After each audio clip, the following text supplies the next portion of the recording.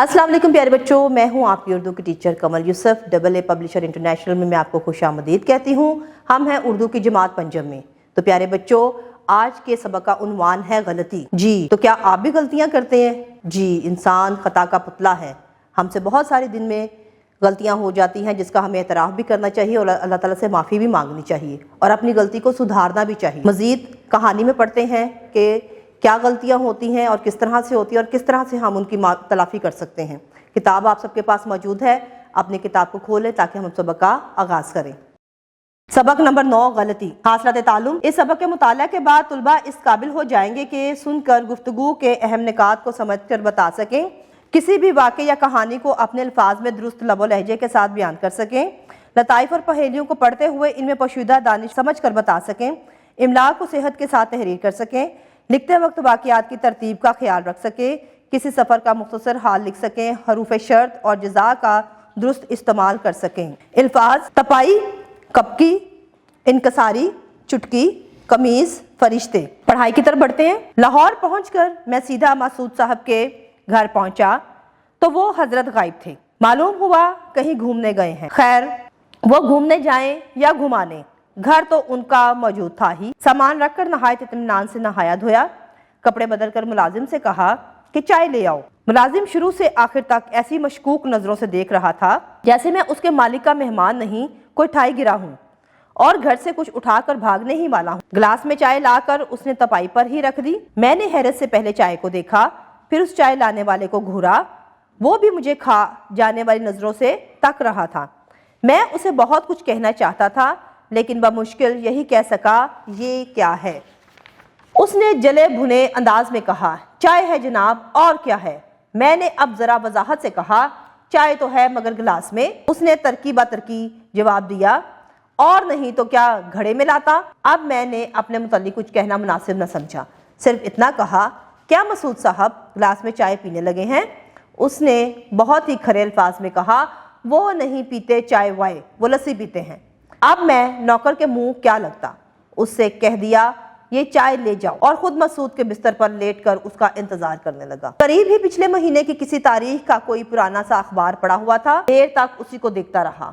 उस पर छपा पूरा मामा हल कर डाला, उसके इश्तहारात तक पढ़ डाले, मगर मसूद को ना आना था ना आया। आखिरकार मैं उठा और इस ख्याल से कि शायद पढ़ने की कोई चीज मिल जाए, अलमारी का जायजा लेना ही चाहता था कि नुमाइश का एजाजी टिकट सामने ही रखा नजर आया।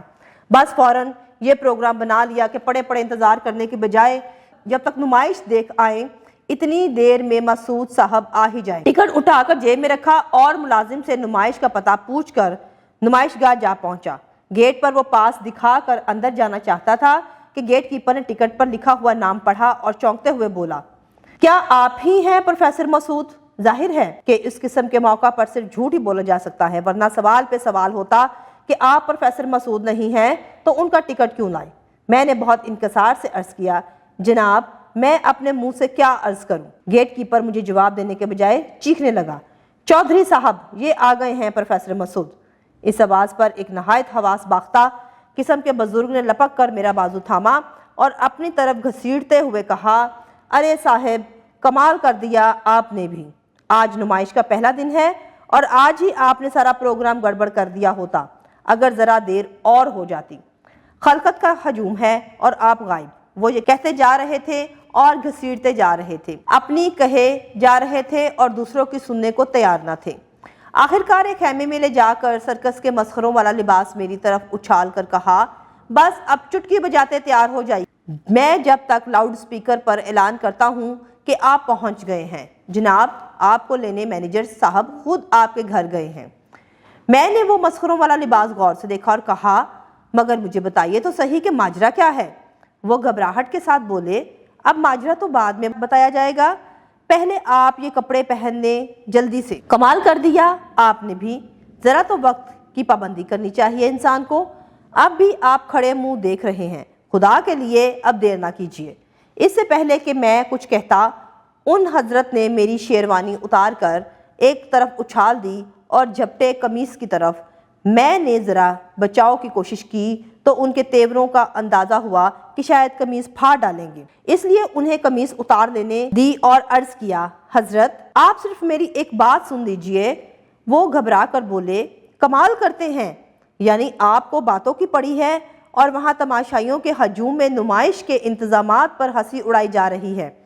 پہلے ہی دن اگر ہوا بگڑ گئی تو کسی کو منہ دکھانے کے قابل نہیں رہیں گے۔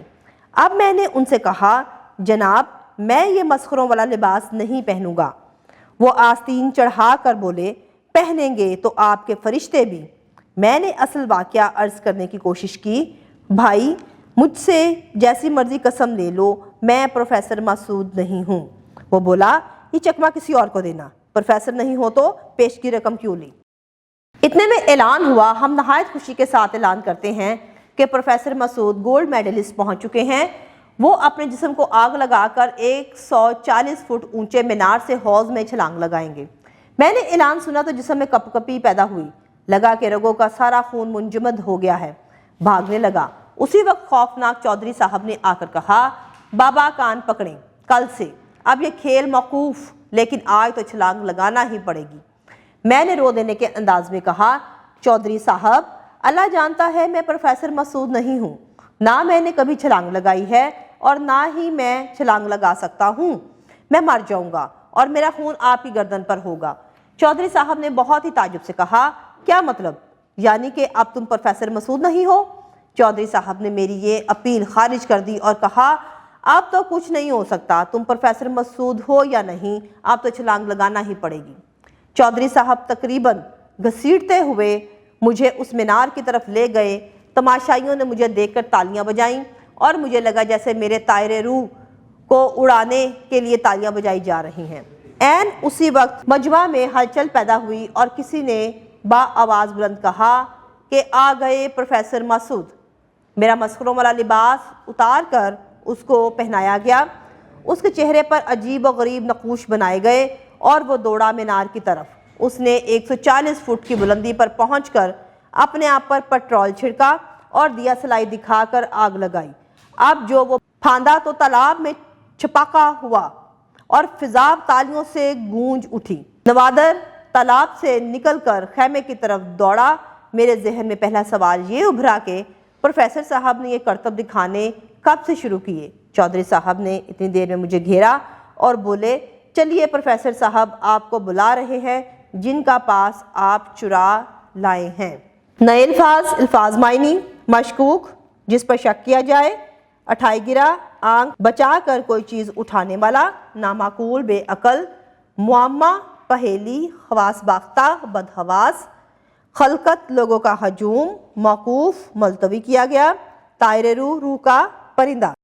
جی تو پیارے بچوں، آج کا سبق ہم لوگوں نے پڑھا غلطی، اور ہم نے دیکھا اور سیکھا بھی کہ کس طرح سے اگر انسان غلطی سرزد کرتا ہے اور اس کو کیا کیا نتائج بھگتنے پڑتے ہیں۔ سبق آپ کو سمجھ آ چکا ہوگا۔ اگلے سبق کے ساتھ نئی ویڈیو میں دوبارہ ملتے ہیں، تب تک کے لیے اپنا بہت سارا خیال رکھیے گا۔ اللہ حافظ۔